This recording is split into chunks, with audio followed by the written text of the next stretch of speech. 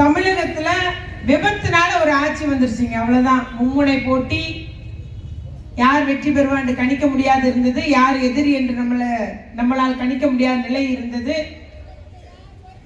விபத்தினால அந்த சேர்ல வந்து உட்கார்ந்து இருக்காங்க. கட்சியை ஆரம்பிச்சு 2 வருஷம் தான். இன்னும் வரைக்கும் கொள்கையெல்லாம் எதுவும் செய்யப்படல. அந்த பெரியார் படம் வச்சிருக்கிறோம். ஆனா நாங்க மதம் சார்பற்ற மதத்தை பொறுத்த வரைக்கும் பெரியாருடைய கருத்தை ஏற்றுக்கலன்னு சொல்லிட்டாங்க. அதேதான்.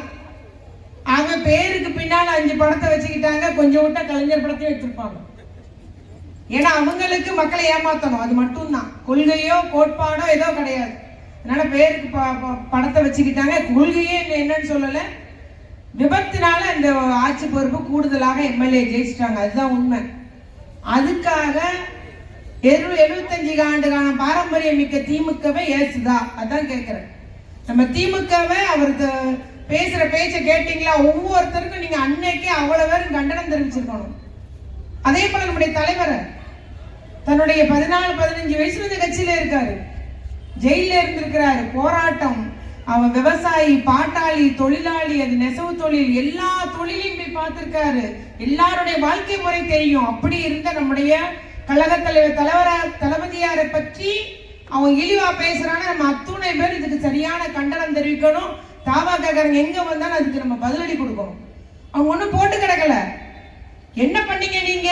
பொய்யான செய்தி, திமுக பத்தி பொய்யான செய்தியை பரப்பி மக்களை ஏமாத்தி இந்த ஆட்சிக்கு வந்துட்டீங்க. அதுதான் உண்மை. நடக்கிற குற்றச்சாட்டுக்கு எல்லாம் திமுக தான் காரணம் பேசுறீங்க. ஏங்க, அவங்க ஏற்பாடு பண்ண கூட்டம், அங்க மாவட்டத்தில் ஏற்பட்ட கூட்டத்துல கரூர்ல இறந்த அந்த 41 பேருக்கு திமுக குற்றச்சாட்டு சொல்றாங்க. எப்படி சொல்றீங்க? இந்த கூட்டம் போட்டிருக்கோம், இன்னைக்கு கூட்டத்தில் ஒரு அசம்பாவிதம்னா கருணாநிதி தான் பொறுப்பு, நான் தான் பொறுப்பு, திமுக தான் பொறுப்பு. ஆகவே அதுதான் நம்ம போலீஸ்ல எழுதி கொடுத்து தான் அனுமதி வாங்குறோம். என்ன ஒரு இதனால அசம்பாவிதனாலும் நாங்க பொறுப்பேற்றுக்கிறோம்னு சொல்லி தான் அனுமதியே வாங்குறோம். ஆனா அப்படி கரூர்ல நடந்த அந்த 40 பேர் இறந்ததுக்கும் திமுக குற்றச்சாட்டு சொல்றீங்களே எப்படி? இன்னைக்கு வழக்கு இருக்கு, நம்ம அதை பத்தி பேச வேண்டியதில்லை. ஆனா இது ஒரு உதாரணம். இதே போல பொய் குற்றச்சாட்டு, ஊழல் குற்றச்சாட்டு எல்லாமே எங்களுடைய தளபதியை பத்தி, பெண்கள் பாதுகாப்புக்கு அப்படி கூவுனீங்க. இன்னைக்கு எங்க போயிட்டீங்க? பேசினாரு எம்எல்ஏ, மார்க்கெட்டிங்ல பேசினார்ல. 3 வயசு குழந்தையில இருந்து 65 வயசு முதியோர் வரைக்கும் பாதுகாப்பு இல்ல தமிழ்நாட்டுல. கொள்ளை நடக்கிறது. உங்களுடைய தாவாக்காரங்களே நிறைய பேர் ஈடுபடுறாங்க. போதை பொருட்கள் மாட்டுது, கஞ்சா கடத்தல் ஈடுபடுறாங்க. சட்ட ஒழுங்கு சீர்கட்டு இருக்குது, அடிக்கடி நடக்குது. ஆனா நீங்க எதுவுமே கண்டுக்காம வாய் மூடி மௌனமா இருக்கிறீங்க. ஆக இந்த ஒரு குற்றச்சாட்டுகள் எல்லாம் இப்பொழுது பாத்தீங்கன்னா கொள்ளை அதிகரிச்சிருக்குது. ஆனாலும் இந்த முதலமைச்சர் எந்த நடவடிக்கை எடுக்கப்படல. ஆனா தளபதியா இருக்கும் போது நீங்க எல்லா சின்ன குற்றச்சாட்டுகள் எல்லாம் யார புகார் சொன்னீங்க? எங்க தளபதியை சொன்னீங்க. நிறைய நடவடிக்கை எடுத்து வந்தாரு. பெண்களுக்கான திட்டத்தை கொண்டு வந்தாரு. பொருளாதார வளர்ச்சி ஏற்பட்டுச்சு, தொழில் வளர்ச்சி ஏற்பட்டுச்சு, கல்வி வளர்ச்சி ஏற்பட்டுச்சு, மக்களுடைய வாழ்வாதாரம் உயர்ந்தது, தனிநபர் வருமானம் உயர்ந்தது. அவ்வளவு வளர்ச்சி பெற்றுச்சு தமிழ்நாடு. இன்னைக்கு தமிழ்நாடு பின்னோக்கி கொண்டு போயிருக்கு, பின்னோக்கி போகுது. பாருங்க, அவங்க இருந்த 5 ஆண்டு காலத்துல இந்த தமிழ்நாடு இருண்ட காலத்துக்கு தள்ளப்படும் என்பதுதான் உறுதி. ஏனென்றால் எதையும் அறியாம ரீல்ஸ் ஆட்சி நடைபெறுகிறது. இன்னும் சினிமா தான். பஞ்சு டைலாக் தான் அவர் பேசுறாரு. அவர் பேசுறதுக்கு அர்த்தம் கூட தெரியல. திமுகவை பற்றியும் திமுக தலைவரை பற்றியும் குற்றம் சொல்றதோ இழி சொல்றதுக்கோ தகுதி இல்ல முதலமைச்சருக்கு அப்படின்றத நான் சொன்னேன். அதையும் எல்லாரும் பொல்லாத ரீல்ஸ் எல்லாம் போட்டுட்டு இருந்தேன். நாங்க அதெல்லாம் கண்டுபிடிக்கல, நாங்க அதெல்லாம் கண்டுக்கல. ஏன்னா நாங்க எதுக்கும் நாங்க அஞ்ச போறது இல்ல. உண்மையை சொல்றோம், உண்மையை உறக்க சொல்லுவோம். நீங்க செஞ்ச தப்புன்றது எதிர்கட்சி, நாங்க இத்தனை எம்எல்ஏட இருக்கோம், 59 பேர் இருக்கோம், நாங்க உறக்க சொல்லுவோம் என்பதை குறிக்கொள்கிறேன். வந்த உடனே ஒரு உத்தரவு போட்டா தெரியுமா? ஈபி கட்டணம் 500 யூனிட்டுக்கு கீழே உபயோகப்படுத்துறவங்களுக்கு 200 யூனிட் கம்மின்னு சொன்னாரு. கணக்கு போட்டு பாத்தீங்களா? எல்லாரும் என்ன பண்ணிருக்காங்க? சத்தம் இல்லாம இன்னைக்கு 2 மடங்காக விலை ஏற்றப்பட்டுள்ளது. ஈபி கட்டணம் உயர்த்தப்பட்டுள்ளது. கணக்கு போட்டு பாருங்க எல்லாரும். உங்களுக்கு 100 யூனிட் தளபதியார் ஆட்சியில குறைக்கும் போது எவ்வளவு இருந்தது கட்டணம், இப்ப எவ்வளவு இருக்குன்னு பாருங்க. சத்தம் இல்லாமல் ஈபி கட்டணம் ஒரு யூனிட்டுக்கு 2 மடங்காக்கப்பட்டுள்ளது ரேட்டு. இப்ப 4 ரூபாய் 50 பைசா, அன்னைக்கு 2 ரூபாய் 40 பைசா, இன்னைக்கு 4 ரூபாய் 50 பைசா. கரெக்ட், உயர்த்தப்பட்டுள்ளது. சத்தமே இல்லாம மின் கட்டணம் உயர்த்தப்பட்டிருக்கு. ஆகவே எந்த அளவுக்கு பொய்யான செய்தி அவங்க பரப்புகிறாங்க நீங்க அறிஞ்சு கொள்ள முடியும். அதே போல பத்திரப்பதிவு 100 கோடி ரூபாய் மதிப்புள்ள ஒரு கோயில் சொத்தை 2 கோடி ரூபாய்க்கு பத்திரம் போடுறான்.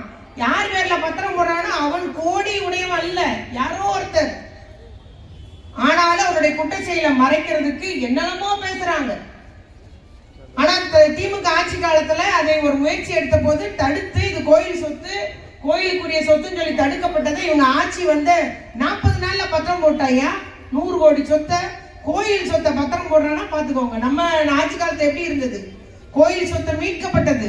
4000 கோயிலுக்கு மேல குடமுழுக்கு நடத்தணும், கும்பாபிஷேகம் நடத்தணும். அந்த அளவுக்கு நம்முடைய மக்களுக்கான சேவைகள் தொடர்ந்து இருந்தது. ஆனா இன்னைக்கு அவ்வளவு பூசி மெழுகுறாங்க, யாரும் தெரியலன்ற மாதிரி சொல்லிட்டு இருக்கிறாங்க. அதே போல கன்னியாகுமரியில சபரிவர்மன் ஒருத்தர் கைது செய்யப்படுறாரு, ஒரு மாற்றுத்திறனாளி. அடிச்சே கொண்டு இருக்காங்க அவரை. இது வரைக்கும் 40-45 நாள்ல 4 லாக்அப் டெத் நடந்திருக்கு. ஆனா எல்லாம் வாய் மூடி மௌனியா இருக்காங்க. கூட இருக்கிற கூட்டணியில இருக்கிற கட்சியா இருந்தாலும் சரி, பிற எல்லாருமே வாய் மூடி மௌனமா இருக்காங்க. அடிச்சே லாக்அப்ல இருந்தவங்க, விசாரணைக்கு அழைச்சிட்டு போனவங்களை அடிச்சே கொண்டிருக்கிறாங்க. அதுல பாவம் ஒரு மாற்றுத்திறனாளி எவ்வளவோ ஒரு அந்த அடக்குமுறையினால அவர் இறந்திருக்காருன்னு சொல்லிட்டு அவங்க ரொம்ப சிரமப்படுறாங்க. இவங்க கொண்டு போய் 10 லட்ச ரூபா கொடுத்துருக்காங்க. குடும்பம் சொல்லிட்டாங்க, இந்த 10 லட்ச ரூபாய் வேண்டாம், நீதி வேணும் எங்களுக்கு.